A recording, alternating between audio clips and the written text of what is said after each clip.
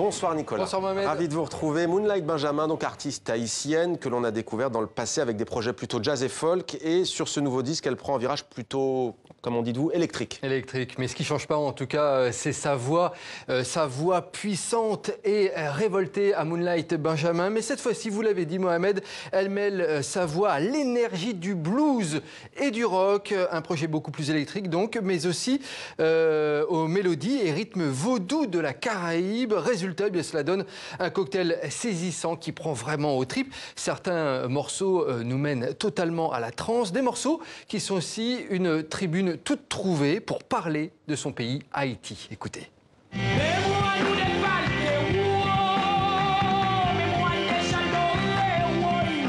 Ce côté brut qu'on retrouve dans la société même, dans la société haïtienne, qu'on retrouve dans les milieux traditionnels, je voulais en fait faire ressortir ça. Parce que Haïti, c'est une bulldozer, ça remue. Je voulais effectivement une musique qui remue, une musique qui secoue. On ne peut pas passer à Haïti et rester indifférent, c'est pas possible. Moi qui vis Haïti à l'extérieur, elle me remue de seconde en seconde.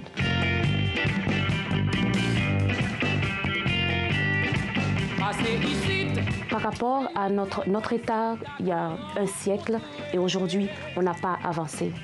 Donc voilà, ce disque, en fait, c'est un projet pour dire que voilà, il faut faire le pas. Il faut surgir maintenant, que ça ne peut pas continuer comme ça.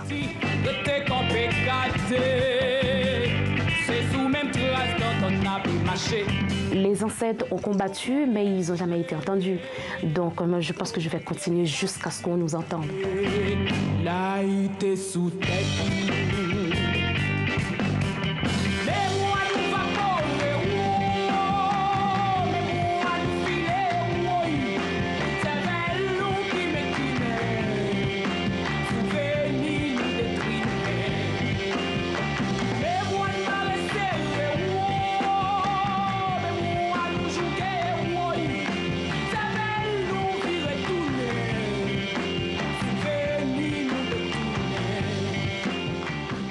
Je voyais que vous étiez quasiment en transe, Mohamed.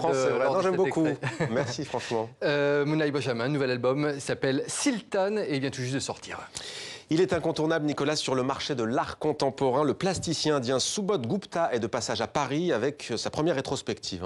Une exposition qui s'appelle Ada, cela veut dire rendez-vous en hindi, une expo au musée de la Monnaie à Paris qui rassemble plusieurs dizaines des œuvres de l'artiste, des plus récentes aux plus anciennes. Alors certaines, vous allez le voir, sont totalement monumentales, comme ce crâne des œuvres qui ont fait le tour des biennales et des musées les plus prestigieux du monde. Rencontre signée Pascal Achard et Guillaume Gouet pour TV5 Monde.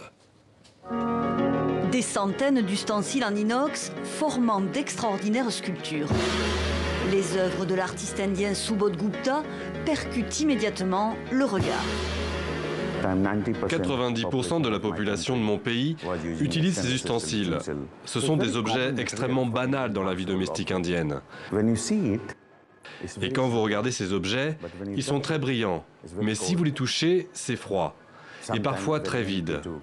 Pour moi, ils représentent les différents aspects de la vie. Des objets du banal métamorphosés en pièces qui valent aujourd'hui de l'or. Subodh Gupta fait en effet partie des artistes les plus en vue dans le monde de l'art. Son travail, il le nourrit de ses passions, la cuisine, la nourriture, car l'artiste est un grand gastronome qui concocte ses œuvres en regardant sa culture indienne, mais plus globalement, la façon dont la Terre tourne. Vous voyez, c'est tout le temps en mouvement, c'est comme un voyage. Ça parle de la façon dont la nourriture voyage, d'un endroit à l'autre. Comment dans le monde, par exemple, tout le monde mange des sushis sans pour autant aller au Japon.